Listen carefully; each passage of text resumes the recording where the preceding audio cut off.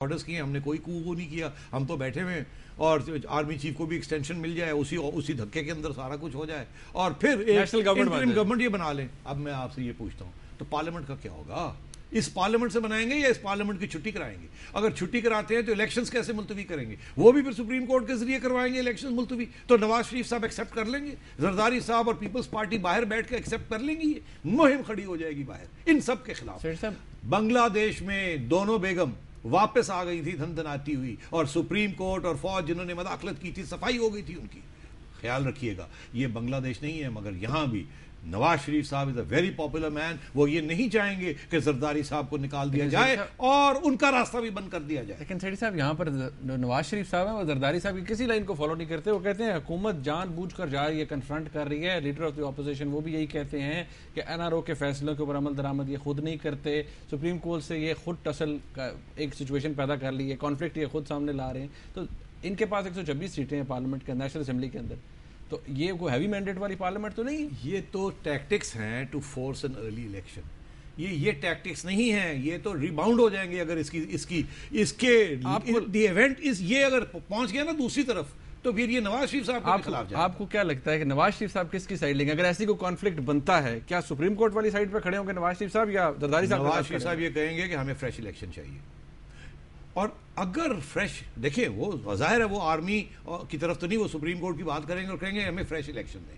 Supreme court اگر اس وقت fresh election دیتا ہے, اگر سپریم کورٹ فریش الیکشن دیتا ہے تو پھر ایک نیا پینڈوراز باکس کھل جائے گا کہ کون ہوگا کہ اس میں کیسے آئے گا, کون آئے گا, کیا ہوگا, اور یہ جو ساری سیپریٹسٹ ٹینڈنسیز ہیں سندھ میں کیا ری ایکشن ہوگا, کیا نہیں ہوگا. All this will be up for open. اور یہ جو ہم کہتے آ رہے ہیں کہ جی army chief should go home on time, government should go home on time, justices should go home on time, ad hocism ختم ہونی چاہیے, یہ ساری باتیں جو پرنسپلس کی ہو رہی ہیں تتر بتر ہو جائیں گی.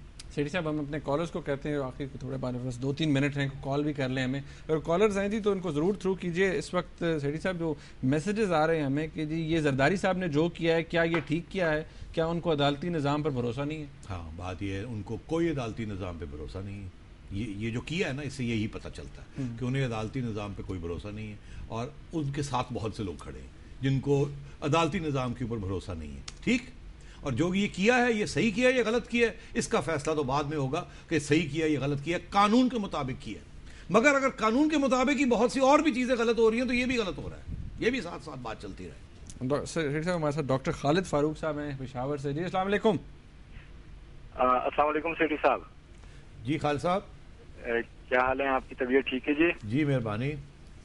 اچھا سیٹھی صاحب, بڑے دنوں سے آپ سے بات نہیں ہوئی تھی, لیکن آج پھر دل کر رہا تھا کہ آپ سے بات ہو جائے کیونکہ عدلیہ کے کچھ نئے فیصلے پھر دوبارہ میدان میں آ گئے ہیں. جی جی, یہ ہر روز ہی ہو رہا ہے. جی میں یہی پوچھنا چاہتا تھا کہ بہت سے وکلاء یہ کہتے ہیں کہ عدلیہ کی طاقت جو ہے وہ عوام ہے, جبکہ میں یہ کہتا ہوں کہ عدلیہ کی طاقت انتظامیہ ہے.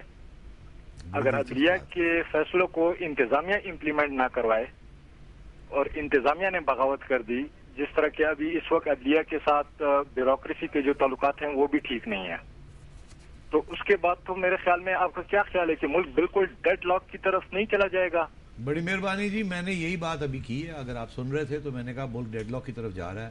عدلیہ کی جو مضبوطی ہوتی ہے کہ انتظامیہ فالو کرتی ہے, اور اگر انتظامیہ ہی کہے کہ ہم نہیں کرتے تو پھر کیا ہوگا, یا انتظامیہ دوسرے قانون کا حوالہ دے کے اس کو نگیٹ کر دے یا ختم کر دے, تو یہی اسی کی طرف ہم بڑھ رہے ہیں.